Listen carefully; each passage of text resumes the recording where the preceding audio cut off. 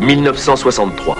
Sur l'ex-Congo belge tout juste réunifié, règne un triumvirat composé de Joseph Kasavubu, président de la République, de Siri Adoula, Premier ministre, et du général Joseph Désiré Mobutu, commandant en chef l'ANC, l'armée nationale congolaise. Le départ des troupes de l'ONU après liquidation de la sécession katangaise a plongé le pays dans une agitation croissante. Les troubles éclatent. En vain, Kasavubu et Adoula ont-ils dissous le Parlement, interdit les partis d'opposition.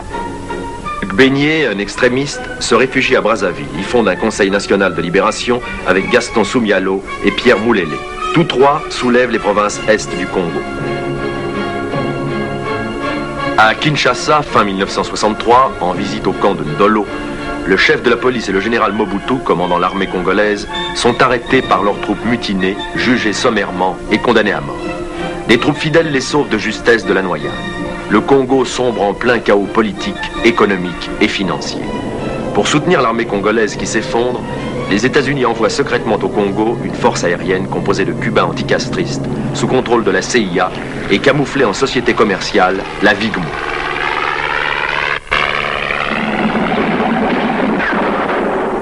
Malgré cet appui aérien, les troupes gouvernementales lâchent pied partout.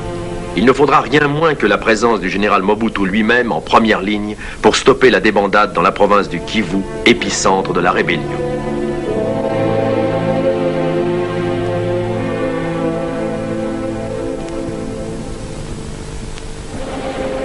Tandis qu'à Kinshasa, on refoule ou on expulse soviétiques et diplomates des pays de l'Est, au Kivu, le général Mobutu lance une contre-offensive dans la vallée de la Ruzizi et remporte un semblant de victoire. Succès éphémère sur les fanatiques de Soumialo et Moulélé, drogués au chanvre et qui méritent leur surnom de Simba, les lions. La rébellion fait tache d'huile, dans un climat d'atrocité et d'effroyable sauvagerie. Le Congo est au bord d'une catastrophe aux conséquences internationales imprévisibles.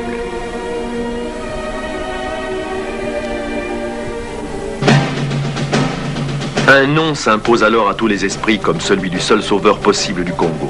Celui d'un proscrit exilé en Espagne où il bout d'impatience dans l'attente d'une revanche. Cet homme est un ancien rebelle, c'est l'ex-président du Katanga libre et sécessionniste, Moïse Tshombe.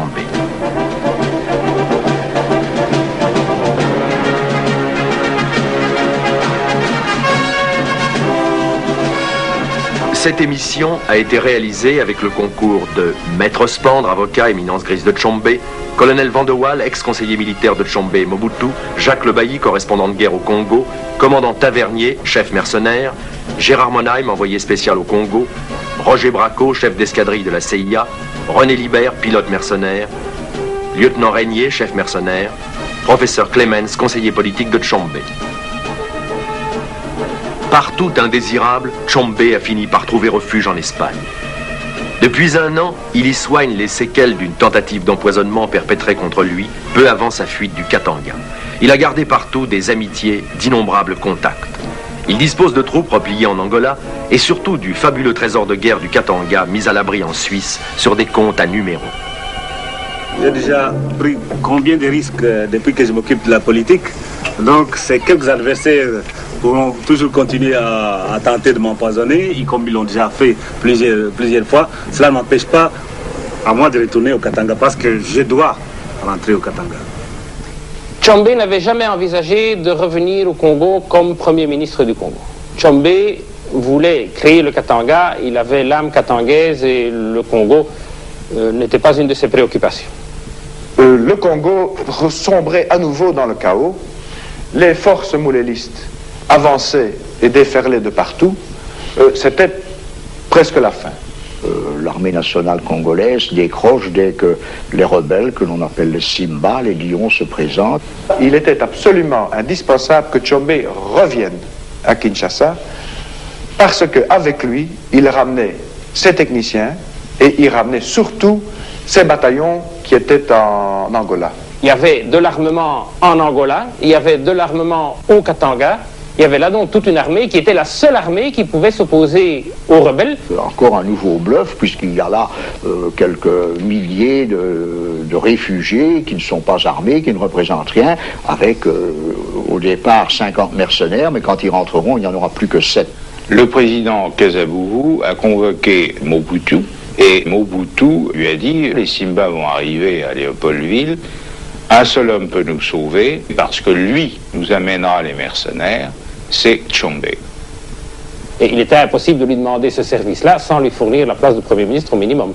Ce qu'on propose à Tshombe, c'est la chose suivante. Kasavubu est chef de l'État, Tshombe sera chef du gouvernement, Mobutu est chef de l'armée. Le gouvernement belge, véritablement, l'a fait venir ici à Bruxelles et dans un hôtel de Bruxelles, il a subi pendant une nuit entière des pressions de gens qui lui ont expliqué qu'il pourrait refaire revivre le Katanga, qu'il pourrait faire prospérer le Congo, que c'était pour le bien-être des Africains, etc., etc. Et finalement, il a succombé. J'ai préparé un programme que j'estime indispensable pour redresser le Congo. Et quel est ce programme, M. Tshombe? Je ne vais pas le divulguer pour le moment. Mais c'est un programme politique ou économique? Un programme politique et économique également. Il part. Et alors ici, un certain nombre de conseillers s'accrochent à ces basques et lui disent « c'est pas le moment de partir, attendez encore un mois. Dans un mois, ce sera tout à fait tombé par terre là-bas et à ce moment-là, vous serez le sauveur. » Mais il est tellement impatient qu'il n'écoute pas et il part pour Léopoldville sans idée très nette puisque le gouvernement d'Adoula est toujours en place. Et quand Tshombe se présentera à Kasavubu, celui-ci lui dira « je vous attendais pas tout de suite ». En dépit de protestations soviétiques, Tshombe débarque à Kinshasa le 26 juin 1964. Parmi les Africains de Kinshasa, je ne crois pas qu'il y avait un réel désir de collaborer avec Tshombe. En tout cas pas dans le chef d'Adoula et de l'agent politique. Il y avait peut-être un désir de collaborer de la part de Mobutu. Tshombe se voit déjà à ce moment-là non seulement président du Conseil, mais par la suite président de la République. Tshombe va occuper le poste de Premier ministre qu'Adoula lui cède pour 3 mois. Nous sommes très contents parce que toute la population congolaise est derrière nous. C'est ça notre force. Et nous sommes là pour trouver des solutions à leurs problèmes. Il n'y a pas d'opposition pour le moment? Il y a l'opposition de quelques personnes, mais pas de la population. Toute la population est avec nous. Tshombe devient Premier ministre, ce qui est assez curieux quand même. Passé de la sécession, de l'exil, il revient, le voilà Premier ministre. Cachant son hostilité sous un sourire de commande, le président Kasavubu accueille son nouveau Premier ministre pour la rituelle prestation de serment. Je jure fidélité aux lois du Congo et au chef de l'État. Le triomphe de Tshombe va durer 10 mois. Sitôt investi, il forme un gouvernement de salut public avec en tête 2 amis fidèles, Munongo et Kalonji.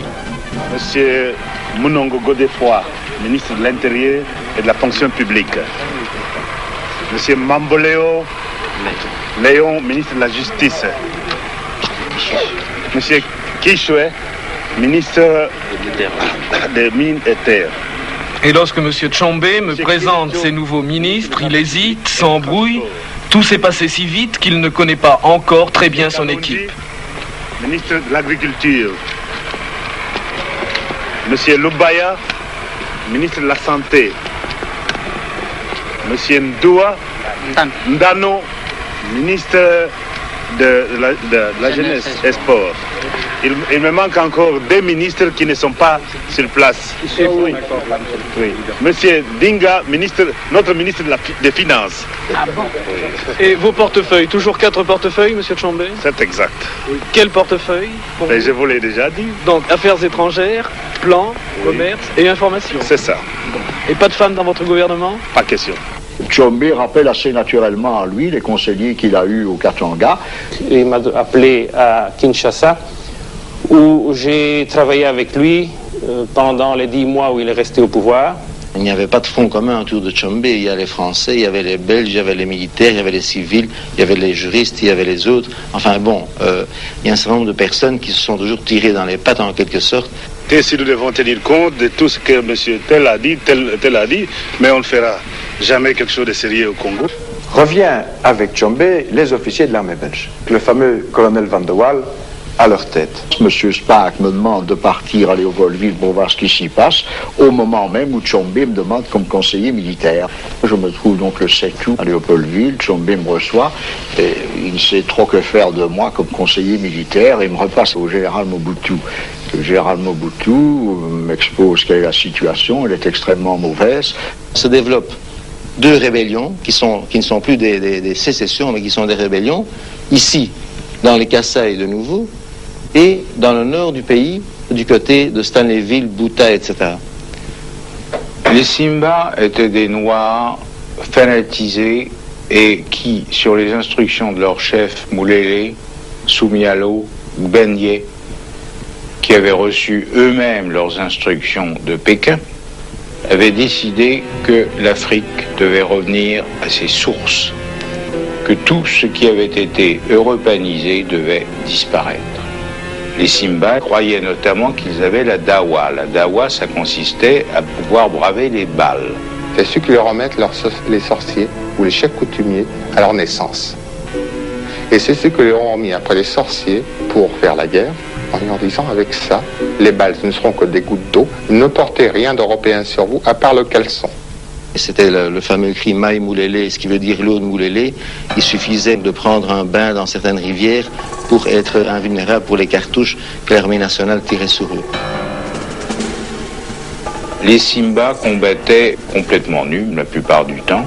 Qu'un Simba s'avançait, lui il vous loupait parce qu'il était chanvré à mort, mais il fallait 2, 3, 4, 5, 6 balles avant de le mettre au sol. Il avait 3 blessures mortelles. Il était interdit de vendre du tuyau de cuivre et du tuyau de plomb aux Noirs, parce qu'ils en faisaient des poupous, une espèce de fusil chargé de mitraille, de boulons. Et quand vous prenez un coup de poupou, ça faisait un trou comme ça. Leur petite manie, c'était le trou d'éléphant. Sur les pistes, ils creusaient un trou. Et puis ils recouvraient bien ça, et ils refaisaient les empreintes de véhicules avec des morceaux de pneus. Puis quand vous arrivez, le Benadjup. Parti du Kiwu et du Kwilu, la révolte des Simba gagne rapidement la moitié du Congo. Lors de l'arrivée des Simba à Stanleyville le 3 août et la prise de la ville terminée le 7 août, le consul des États-Unis, Hoyt, et tout son personnel, ses chiffreurs, ses adjoints, etc., sont restés à Stanleyville et sont devenus les prisonniers des Simba. Des choses abominables se sont passées, notamment à Stanleyville, où le chef du gouvernement, Soumialo, a de ses propres mains égorgé le maire de Stanleyville, lui a arraché le cœur, l'a mangé palpitant. Il violait toutes les nonnettes, et toutes les nonnes et toutes les infirmières. Les religieuses devaient, au son du tam-tam, danser autour du feu. Alors elle dansait pendant que les Simba buvaient n'importe quoi et fumaient le chanvre. Quand le bûcher s'éteignait, le commandant des Simba violait la mère supérieure qui avait 80 ans. Ses adjoints violaient les filles qui avaient 70 ans, 72 ans et ça dégringolait. Mais il y avait le viol hiérarchique. Au nord de Stanleyville, on retrouvera les cadavres mutilés de 30 de ces religieuses.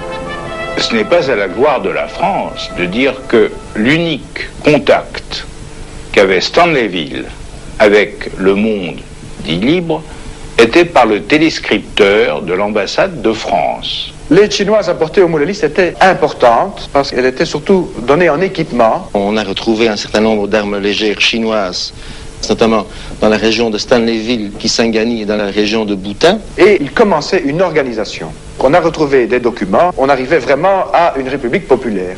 Et l'organisation interne, politique, était en place. Précisément le 7 août, au moment où j'arrive, Stanleyville est définitivement pris et que toute une partie du Congo va basculer dans la rébellion parce que l'armée ne tient pas.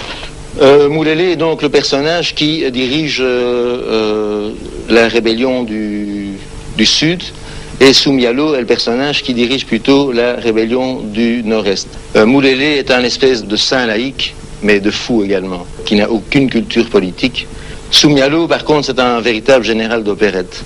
C'est un type qui adore mettre des képis, qui adore mettre des anciennes décorations belges-françaises qu'il a trouvées à gauche et à droite, et qui n'est certainement pas un type très sérieux. Lors de la grande rébellion de Stanleyville, il a fait massacrer des milliers de gens devant le monument à la mémoire de Patrice Lumumba, couper les jambes de ses propres soldats lorsqu'ils n'obéissaient pas exactement à ses ordres. Il a fait ouvrir le feu sur les Blancs à plusieurs reprises. Il a fait manger le drapeau américain au consul des États-Unis. Alors voilà les gens que soutenait le tiers-monde et avec qui la France conservait des rapports amicaux. À Kinshasa, le colonel Van de Waal met au point un plan visant à reconquérir Stanleyville pour y sauver les otages prisonniers des Simba.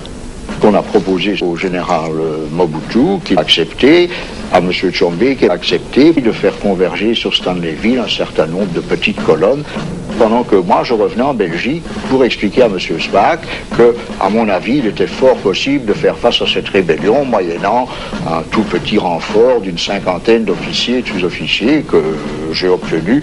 Pendant ce temps, le général Mobutu avait lui passé une commande de mercenaires. Il avait commandé 1000 mercenaires à un certain Neige Hoor. Il a remonté immédiatement le 5e commando de Rhodésiens, de Sud-Africains, et le 6e commando qui allait devenir le commando de Bob Denard. Tshombe voulait son groupe français. Il y avait des anciens d'Indochine, il y avait même des anciens de Corée, et il y avait des anciens d'Algérie. Nous avons tous connu la guerre subversive. Il nous était beaucoup plus facile, à nous, d'opérer en pleine brousse par groupe de petits commandos. Le groupe français était commandé par Bob Denard, où moi j'étais son officier instructeur. Payé, on ne l'a pas été, ou très peu. Tshombe fait appel non seulement aux mercenaires, mais à cette gendarmerie katangaise qui nous a suivis dans la retraite et qui, depuis lors, est restée confinée en Angola avec Jean Scram et quelques cadres européens. Pendant 3 mois, on se livre au petit jeu de la logistique, on fait flèche de tout bois, on trouve des camions, on trouve des armes, on est appuyé par une aviation mercenaire. Ce flight de T-28 et de B-26, fourni par les Américains, piloté par des pilotes anticastristes, n'est pas sous les ordres du gouvernement central, mais agit sur permission, en tout cas, des Américains. Et ces Cubains qui pilotaient pour la CIA n'avaient que très peu d'expérience, une centaine d'heures de vol bien souvent. Nous serons contactés par la CIA, Libert et moi-même, pour entrer dans le cadre de leur organisation. Le plan qui prévalait au sein des chefs mercenaires était le suivant. C'était une progression très rapide par le nord pour arriver sur Stan, ce qui réduisait de 350 km la route que finalement la brigade mécanisée a pris. Les élections américaines devaient avoir lieu le 3 novembre. Les Américains ne désiraient pas d'opération militaire, craignant, si elle échouait, que cela ait une influence sur l'électorat américain. Le plan qui a finalement été retenu était celui du colonel Van de Waal, donc cette progression très lente. Et c'est lui qui prend le commandement de la 5e brigade mécanisée à Kamina, où l'on regroupe toutes les forces katangaises revenant d'Angola. Ma colonne comportait 150 mercenaires et 700 ou 800 figurants. Mais tout ça faisait du volume. Ça ressemble très fort à ce cortège folklorique 1 ou 2 fois par an, on voit sur la grande place de Bruxelles et qui est l'Homme Gang. Alors nous avons baptisé cette colonne l'Homme Gang. C'est une opération de rouleau compresseur. L'équipement que nous avons est de loin supérieur aux mitraillettes et aux fusils mitrailleurs chinois qu'ont les moulélistes. L'exploit consiste à progresser sur 1500 km avec une série d'obstacles naturels, des ponts, des bacs et des choses de ce genre-là. Le tam-tam de Mbrousse jouait et c'était une formidable armée qui s'avançait. Alors chaque fois qu'on voulait bien se porter en avant, les Simba s'en allaient. Ils ont résisté un tout petit peu entre Kibombo et Kindu, mais c'est vraiment insignifiant. Parti le 3 novembre, la pesante colonne Van de Waal n'atteindra Stanleyville que le 20, après 2 semaines d'arrêt à Kindu. Nous, on était beaucoup plus discrets parce qu'on arrivait en petits groupes. Et nos opérations étaient beaucoup plus bénéfiques pour la bonne raison. C'était le silence complet.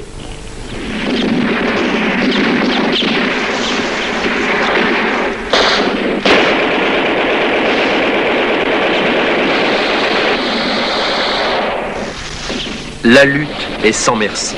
Tout blanc capturé par les Simba est massacré après d'effroyables tortures. Le but de la 5e brigade est d'arrêter l'avance mouléliste dans tout le nord du Congo. De reprendre Stanleyville, où des centaines d'Européens sont à ce moment-là prisonniers et otages des moulélistes. Là, il y a un missionnaire américain qui est un major de réserve. Il est médecin, il s'occupe d'environ une population de 100 000 indigènes. Le pasteur Carlson était un agent de la CIA à Stanleyville et c'est ce qui a poussé la CIA à préconiser des aventures qui, je crois, ne seraient pas survenues si Carlson n'avait pas été un personnage important de la CIA.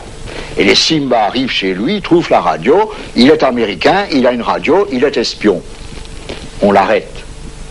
Et on le met en prison à Buta où on le laisse pendant tout un temps. Carlson est amené à Stanleyville et on déclare que le 15 novembre, Carlson a été jugé par une cour du peuple et qu'il va être exécuté le 16 ou le 17 suivant.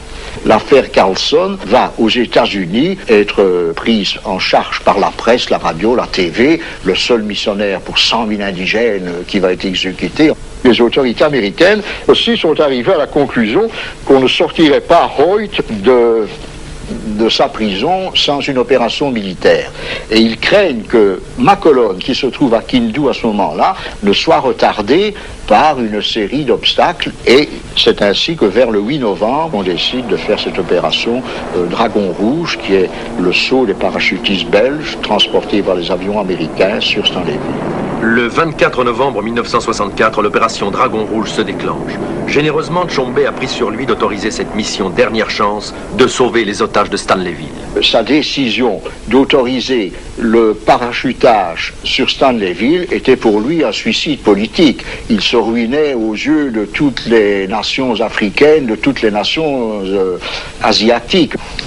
Donc le 24 novembre, il y a eu la jonction entre les parachutistes belges transportés par les avions américains et la colonne de l'Omegang qui arrivait de Kindu. Et nous arriverons dans les 2-3 heures qui suivent le parachutage à temps pour sortir des otages dispersés en brousse et pour reprendre la succession. Plus de 1000 otages vont être sauvés, mais par contre, il va y avoir 80 tués, dont le docteur Carlson. Celui qu'on voulait sauver va être tué dans cette affaire. À travers Stanleyville reconquise, commence alors la chasse aux moulélistes et à leurs complices.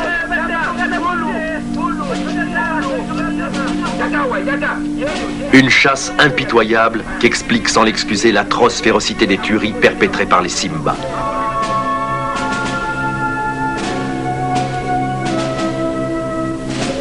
Parmi les fanatiques moulélistes, beaucoup de jeunes femmes qui de leurs mains ont égorgé des dizaines de victimes. Mais les pires des tueurs Simba, les plus sadiques, les plus féroces, se révèlent être des gamins à peine sortis de l'enfance et enivrés de chanvre et d'alcool par leurs sorciers.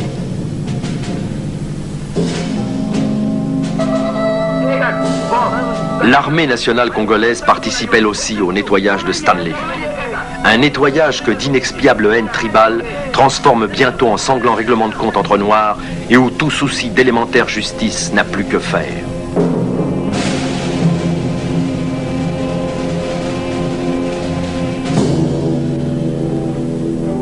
À vrai dire, comment garder son sang-froid et sa sérénité devant les charniers abominables que l'on découvre partout? Blancs et noirs mêlés, massacrés au cours d'une même et sanglante boucherie, et portant souvent les traces d'un atroce cannibalisme rituel. Souvent aussi, l'exécution des otages s'est accompagnée de tortures et de mutilations d'une sauvagerie inouïe, dont de rares rescapés sont des témoignages vivants. Les Européens libérés, qui pour la plupart ont vu leurs femmes violées, leurs enfants, leurs parents massacrés sous leurs yeux, restent comme hébétés d'horreur. Alors se pose pour le gouvernement des États-Unis et pour le gouvernement belge le problème de faire face à la levée de boucliers qui, comme toujours, se déclenche à New York, aux Nations Unies, au Conseil de sécurité qui est réuni, et ils admettent de faire une seconde opération sur police et puis de retirer les parachutistes belges, opération qui se place entre le 27 et le 28, et à partir du 30 novembre, l'Omegang reste tout seul, avec comme charge de liquider ce qui reste, parce que si on a sauvé les otages de Stanleyville, il y en a tout autant qui sont à l'intérieur du pays. Alors, il y a toute une série d'opérations qui sont montées pendant le mois de décembre par l'Omegang et par les différentes colonnes et qui vont encore aller rechercher un certain nombre d'Européens, de colons, de missionnaires qui sont dans la brousse. Mais au Conseil de sécurité, l'opposition se déclenche. Il y a des interventions égyptiennes, des interventions algériennes, des interventions soviétiques. On dénonce le génocide commis par Van der Waal. On évoque Oradour-sur-Glane. Bref, j'ai donc eu les honneurs d'une expulsion, mais diplomatique cette fois-ci.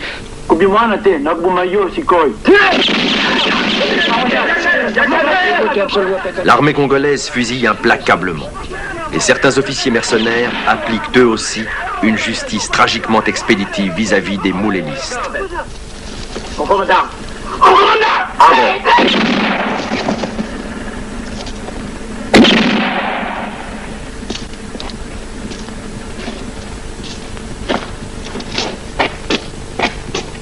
On traite M. Spaak de menteur en lui disant que c'est une recolonisation et non pas une opération humanitaire. Il est devenu impossible pour un Belge de rester à l'avant-scène. Bref, je suis rentré en Belgique pour décembre 1964. Oui. Alors après cela, j'ai donc remis ce commandement à un colonel congolais, homme très valable, le colonel Moulamba, qui lui va donc reprendre la suite des opérations. Mais avec beaucoup de difficultés, parce que les mercenaires engagés en août et en septembre, pour 6 mois, arrivent au bout de leur contrat, repartent, et il faut en ramener de nouveau, ce qui demande du temps, et c'est ainsi que cette rébellion a l'air de se tirer pendant toute cette année 65, alors qu'elle ne représente plus rien du tout, puisque tous les chefs de la rébellion sont en exil, ils sont au Soudan ou en Ouganda, il y en a en Égypte, il y en a au Kenya. Ils ruineront les efforts de Tshombe pour amadouer le tiers-monde. Mike Orr et moi-même sommes envoyés dans le nord-est. Nous libérons toute la frontière du nord-est, Aba, Ferrach, Ouatsa. Nous nous occupons de ce secteur-là. Nos missions étaient les missions de pacification et de libération.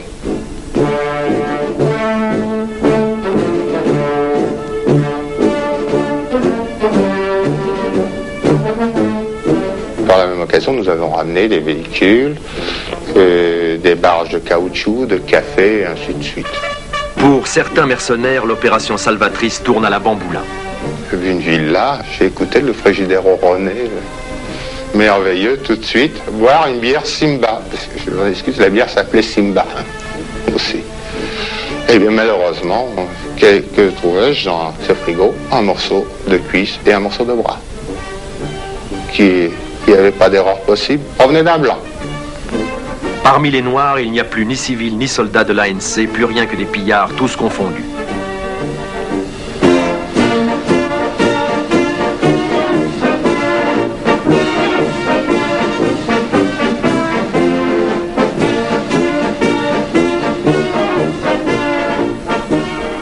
Le rôle de la 5e brigade mécanisée devient secondaire. Nous ne sommes plus que dans un terrain d'occupation. Donc nous avons gagné la partie. Le Congo est entièrement libéré.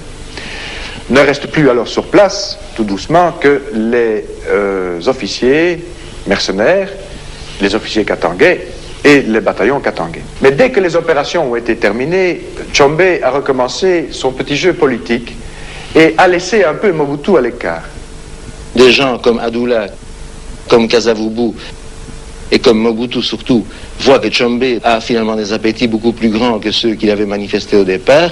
C'est lorsqu'on s'est rendu compte que Tshombe véritablement s'affirmait et qu'il a eu des erreurs extrêmement importantes avec des gens de la CIA, comme M. Devlin, qui était premier conseiller à l'ambassade, mais qui en fait était le chef de la CIA pour l'Afrique. C'est au moment où on s'est rendu compte que Tshombe en faisait à sa tête, que, comme au Katanga, Tshombe faisait venir des gens du dehors, et notamment des inspecteurs de finances que De Gaulle lui avait envoyés personnellement, et que véritablement il allait prendre le pouvoir, qu'on a songé à le renverser. Tshombe contrôlait véritablement le pays. Ils ont alors utilisé certains ressorts psychologiques, notamment à l'égard de Kasavubu. On a fait valoir à Kasavubu que lui était le président et qu'il devait donc être le chef, qu'en fait Tshombe prenait de plus en plus d'autorité, que Tshombe allait viser à la place de président lorsqu'il y aurait des nouvelles élections présidentielles, et que lui, Kasavubu, avait le pouvoir de destituer Tshombe. Le 12 octobre 65, devant le Parlement qui siège à nouveau depuis 2 mois, le président Kasavubu révoque brutalement Tshombe, pétrifié par cette disgrâce d'autant plus imprévue qu'il est le chef de la CONACO, le parti le plus puissant du Congo. Et à ce moment-là, s'est posé le problème de savoir si Tshombe allait accepter de renoncer à la place de Premier ministre ou s'il allait recourir à la force. M. Kasavubu ne tenait plus compte de la légalité, ne tenait plus compte de la Constitution. Il allait tout droit dans l'illégalité. Il y a eu parmi les conseillers de Tshombe 2 tendances. Et les uns préconisaient le retour sur Léopoldville des gendarmes katangais. Tshombe pouvait prendre le maquis et revenir avec ses troupes. Et il y avait les gens qui préconisaient la légalité. Kasavubu désigne un nouveau gouvernement, place à sa tête Kimba, un ancien fidèle de Tshombe, devenu son adversaire. Lorsque Kimba a été nommé Premier ministre, Tshombe a de nouveau eu la majorité et Kimba n'a pas pu avoir l'investiture. Devant cette impasse sur le plan politique, ceux qui avaient préconisé cette politique en sont réduits alors au coup d'État. C'est alors qu'on va chercher Mobutu et que Mobutu dit « moi j'en ai assez des politiciens » et il prend le pouvoir lui-même. Il a vu de nouveau le pays sombrer dans le chaos. Il s'est dit, ici, on va recommencer de nouveau avec les petits jeux politiques, les disputes et les clans qui vont se refaire. Si nous voulons garder le Congo entier et solide, il faut éliminer Tshombe. Lorsque le général Mobutu prend le pouvoir le 24 novembre 1965, en fait, c'est l'armée nationale, et les dirigeants de l'armée nationale qui décident de prendre le pouvoir et qui nomment le général Mobutu président de la République. Mobutu est désormais l'homme fort du Congo, rebaptisé Zaïre. Je ne vais pas toucher un seul centime comme président de la République. C'est mon traitement de lieutenant général de l'armée nationale que je continuerai à percevoir. Vous allez être président de la République pour 5 ans. Ça continuera pendant 5 ans. C'est absolument nécessaire selon vous, pour quelles raisons? Pour les raisons, n'est-ce pas, que jusqu'ici, nous avons constaté, je dis nous, pas moi, c'est-à-dire l'ensemble des chefs militaires, qu'il manquait de discipline chez nos hommes politiques. Alors pendant 5 ans, nous allons imposer la discipline dans tous les domaines, politiques, économiques, financiers. Vous rétablirez rapidement la paix sur tout le territoire? C'est la tâche à laquelle nous allons être appelés. Et vous aurez les mains plus libres que du temps des politiques? Mais bien sûr, j'ai toute mon armée avec moi. Tout est maintenant entre les mains, n'est-ce pas, du général Mobutu et de l'armée nationale. On s'est débarrassé d'un certain nombre de personnages qu'on a simplement renvoyés en Belgique, ou en France ou ailleurs. La position de la Belgique, au moment où Mobutu est arrivé au pouvoir, a été de laisser faire. Tshombe croit, lui, que Mobutu a pris le pouvoir pour le lui remettre. Et je n'ai jamais vu, de toute ma carrière de journaliste, un homme aussi effaré, aussi étonné, que lorsque nous avons dû démentir cette information. Tshombe était persuadé que le général allait venir avec des autres officiers pour lui offrir la présidence de la République du Zaïre. Tshombe rêve éventuellement de ramener ses gendarmes katangais, mais il a perdu une partie de son prestige et puis de sa dynamique propre. Les officiers qui dirigent les gendarmes katangais sont des officiers belges. Le quartier général, ce sont des Belges également. Et Tshombe est réduit à l'inaction. Pour le moment, nous allons essayer de faire tout pour aider le général Mobutu, parce qu'il est décidé de mettre de l'ordre au Congo. Nous sommes décidés aussi de l'aider. En fait, la position de Mobutu n'a cessé de se raffermir. Il avait autour de lui une armée qui était de plus en plus aguerrie et de plus en plus fidèle.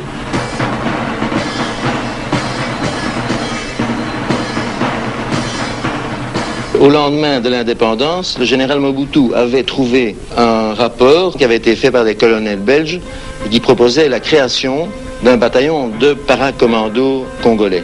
Ce rapport était tout simplement annoté de la façon suivante: non, un nègre est incapable de sauter en parachute. Au moment où Mobutu est devenu commandant en chef de l'armée, il a voulu créer un bataillon de parachutistes. Et il a obtenu assez rapidement des instructeurs parachutistes israéliens qui sont venus à Léopoldville et qui ont, en un temps record vraiment, créé un bataillon de parachutistes. Il est certain que l'entourage de Tshombe l'a fort poussé à se débarrasser du général Mobutu. Un bien étrange complot se trame qui vise en fait à neutraliser Tshombe. Le complot du 17 novembre est une merveilleuse opération d'intoxication qu'a montée la CIA en vue de l'éviction de Moïse Tshombe qu'elle envisage déjà à ce moment-là. Nous avons marché assez naïvement. Nous devons donc faire une démonstration de mitraillage et roquettage en face de Mobutu et de tous ses ministres. C'était à l'occasion de la fête de l'indépendance du Congo. La CIA voulait nous faire un coup d'État sur la personne de Mobutu. Il aurait été très facile pour nous de mitrailler la tribune, de détruire tout le monde. Le soir même, Tshombe devait être retiré de la villa, surveillée déjà à l'époque par les parachutistes congolais. Notre mission, Libère et moi-même, était d'embarquer Tshombe à Kasangulu, qui est un petit aérodrome civil dans les environs de Léopoldville, et de là, de voler vers Elisabethville, où Tshombe aurait redéclaré une sécession. Personnellement, je ne crois absolument pas que la personne du général Mobutu ait été mise en danger.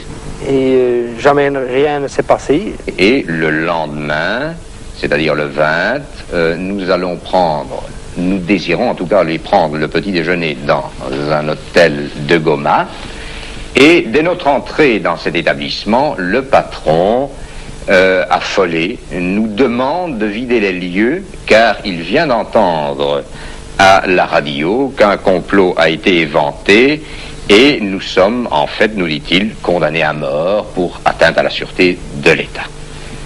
Nous avons été à ce moment-là rappelés par la CIA immédiatement. Ils ont mis un avion à notre disposition qui nous a conduits au Katanga. Et là, pendant une semaine, nous sommes restés cachés dans un hôtel. Nous avons appris que notre photo était dans les journaux, que nous allions tuer Mobutu, que toute personne qui nous voyait pouvait nous tuer à bout portant. Tshombe s'était enfermé dans une villa, surtout à partir du moment de la nouvelle que nous lui avions annoncé que le pouvoir n'était certainement pas pris pour lui. Sa vie n'a été en danger que quand Mobutu s'est rendu compte qu'il n'allait pas accepter d'être mis dans l'ombre. La vie de Tshombe n'est certainement pas menacée, au contraire, mais il faut savoir une chose, c'est que Tshombe est un homme qui a horriblement peur. Et à partir d'un certain moment, il se rend compte que dans la mesure où il a un certain prestige, il est dangereux pour lui de rester au Congo, et c'est son nouvel exil. Les autorités congolaises ou zaïroises, comme vous l'entendez, n'avaient absolument pas empêché le départ de Tshombe, mais une condition, c'est que Tshombe les tienne au courant de ses déplacements. Il ne l'a pas fait en l'occurrence et la sanction a été immédiate. On lui a retiré son passeport. Je l'ai rejoint dans son exil et nous avons alors travaillé ensemble. Il a immédiatement des projets de retourner, mais cette fois au Katanga. Tshombe conservait un crédit immense parmi la population congolaise et katangaise. Tshombe était capable, s'il revenait au Katanga, de refaire sécession. La population était pour lui. Mobutu n'avait pas encore la sympathie de la population à cette époque. Mobutu était un militaire, c'était un type tout à fait différent, beaucoup plus froid. Une sécession a des chances d'aboutir. En effet, l'État congolais est fortement affaibli. Les Katangais sont plus Katangais que jamais parce qu'ils ont quand même dû subir l'oppression des gens de Léopoldville qui se présentent au Katanga véritablement comme des occupants.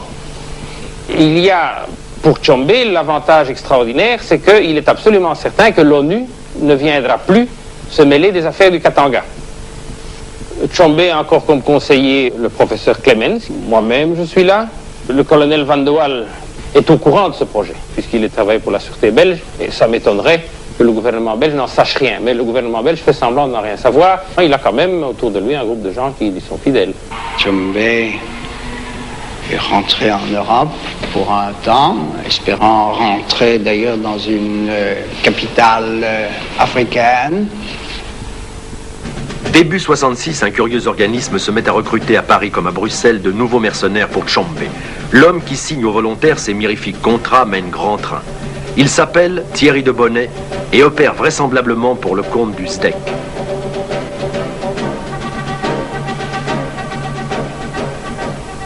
Le camp d'Ardèche avait été créé avec des accords de certaines personnalités françaises pour Tshombe.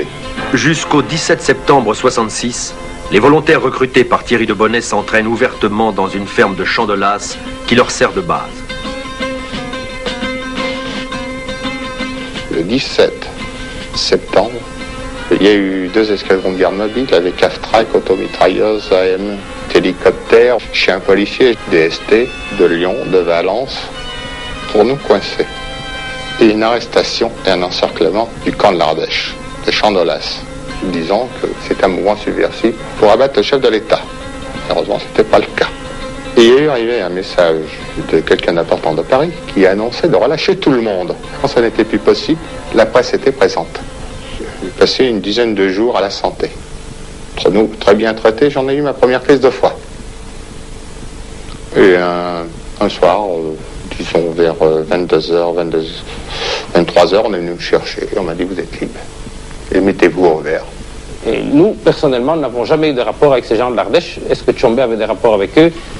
Je ne pourrais pas le dire, mais enfin, ça n'apparaissait pas en tout cas. Tshombe, qui était en France, m'a contacté d'une façon tellement discrète que tout le monde le savait avant moi, même si je n'avais pas voulu être en obligation de quitter le Congo.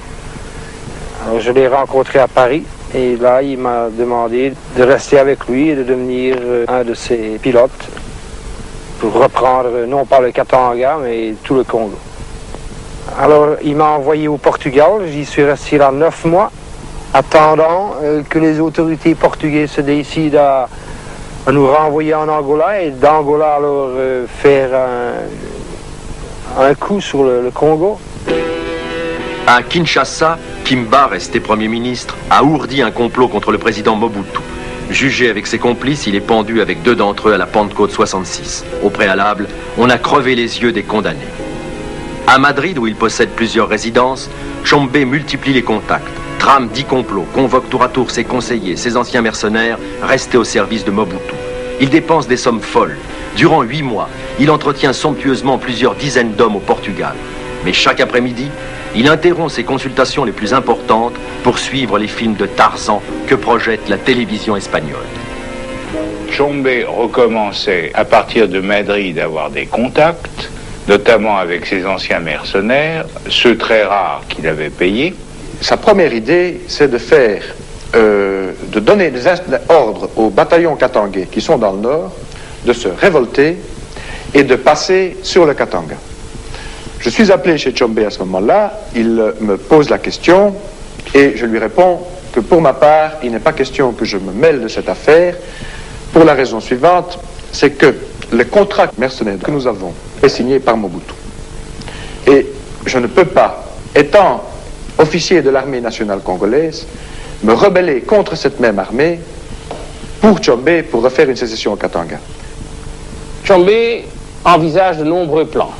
Il arrête son choix sur un plan très aventureux, mais enfin qui avait ses chances d'aboutir, qui est d'arriver vers 4 heures du matin sur la plaine d'Elisabethville avec 4 ou 5 avions, avec une centaine de soldats, prendre possession du palais du gouvernement, de la radio, et de faire venir rapidement les gendarmes katangais qui se trouvaient en Angola, et qui pourraient pénétrer d'ailleurs le jour même où lui arrivait, et avant même que l'armée congolaise ne réagisse, l'État katangais était implanté, à mon sens, de façon définitive. Il avait en Angola une armée de nouveau, de gendarmes katangais, qui était assez bien armée et qui représentait 4 à 5 000 personnes.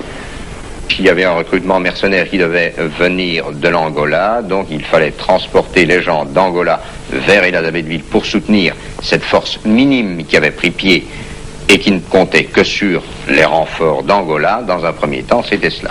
On a recruté un groupe de Belges, à la tête de qui on a mis Scram, et on a mis à la tête du groupe français, parce qu'on a recruté des Français, un certain Suèdre, qui était en exil en Espagne à l'époque. Le plan de Tshombe a toujours reposé sur la force katangaise qui subsistait au Congo, qui était insatisfaite parce qu'il y avait des discriminations au sein de l'armée nationale. On imaginait un soulèvement de cette force katangaise aux alentours de Stanleyville, et en même temps, on comptait sur le 5e commando, un commando sud-africain, qui devait prendre Elisabethville, conjointement avec le soulèvement des gendarmes à Stanleyville. Par un artifice assez facile, les troupes, fin de contrat, devaient rentrer en Afrique du Sud et les troupes fraîches qui revenaient d'Afrique du Sud vers le Katanga, au lieu d'atterrir à Albertville, devaient atterrir à Elisabethville, prendre le contrôle de la ville en attendant l'arrivée de Moïse Tshombe. Nous avions obtenu l'autorisation du gouvernement portugais de préparer le débarquement à Elisabethville. Il y avait donc des avions en Rhodésie. Ces avions ont été amenés à Luanda. On y a embarqué les armes. On a envoyé une partie de mercenaires à Luanda. Et on était les pilotes de ces avions pour transporter ces mercenaires là-bas à certains aérodromes au Congo. La position des Portugais dans cette affaire ne peut pas être précisée de façon monolithique. Et à l'époque, il y a Salazar qui est favorable à Tshombe. Salazar aime bien Tshombe. Salazar a donné des ordres personnels à M. Silva Paes, qui est le chef de la PIDE, pour fournir à Tshombe toute l'assistance nécessaire. Silva Paes, de son côté, a délégué d'autres personnes qui veillent à l'installation des mercenaires sur le territoire portugais. Tout ça a foiré parce que le pivot de l'opération était Peters, qui avait remplacé Or à la tête du 5e commando, et Peters n'a pas marché dans le coup, a dévoilé les propositions qu'on lui avait faites et le plan par la même occasion à Mobutu, et cette opération aérienne sur Elisabethville n'a pas eu lieu, bien que les gendarmes, eux, se sont soulevés à Stanleyville avec les conséquences que ça a eu. Et il y a juste Schramm qui se révolte, entraînant Donard dans sa révolte, contre son gré, mais obligé de suivre, parce qu'il n'y avait pas d'autre possibilité que de suivre. Il ne faut pas oublier qu'à Stanleyville, il y a un régiment de Katanga. Cette opération avait des chances de réussir si Bob Donard et moi-même l'avions joué à fond. Il est bien certain que nous avions, à cette époque-là, les forces nécessaires, non pas pour monter sur Kinshasa, où nous serions trouvés devant les parachutistes de Mobutu, non, mais pour reprendre le Katanga. Si Donard n'avait pas été blessé, ils auraient réussi l'opération. Hélas, Donard est blessé par accident, il est évacué, et c'est Schramm qui se trouve tout seul avec toute l'opération sous le dos. Il est fort lent à bouger, il bouge, lentement, mais hélas, pour lui, il s'arrête à Bukavu, et là, dans la cuvette de Bukavu, il se fait encercler. C'est un peu comme la cuvette de Bien Bien Phu, si vous voulez, mais en petit. Il est encerclé. Il est dos au Rwanda, un pays étranger. Il a devant lui les forces armées congolaises, avec les bataillons parachutistes de Mobutu entraînés en Israël, donc des forces valables. Pour lui, c'est la fin. Tshombe essaye, en engageant de nouveaux mercenaires par le canal de l'Angola, de lui envoyer des renforts, de faire une opération de jonction avec lui. Cette opération échoue parce que les Portugais ne jouent pas dedans. Schramm ne doit son salut au ministre des Affaires étrangères de l'époque qui négocie son retrait sur le Rwanda et son repatriement ici en Europe.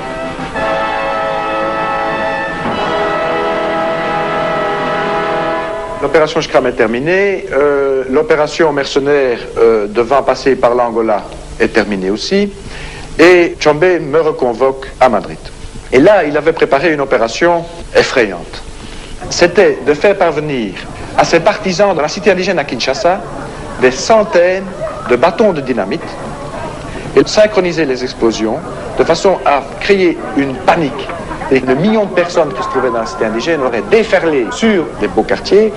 Vous voyez d'ici le drame qu'il aurait pu avoir, parce que les parachutistes de Mobutu auraient tiré dans la population. On était dans un bain de sang épouvantable où, en pleine conférence de l'OUA, Mobutu perdait tout crédit d'un seul coup.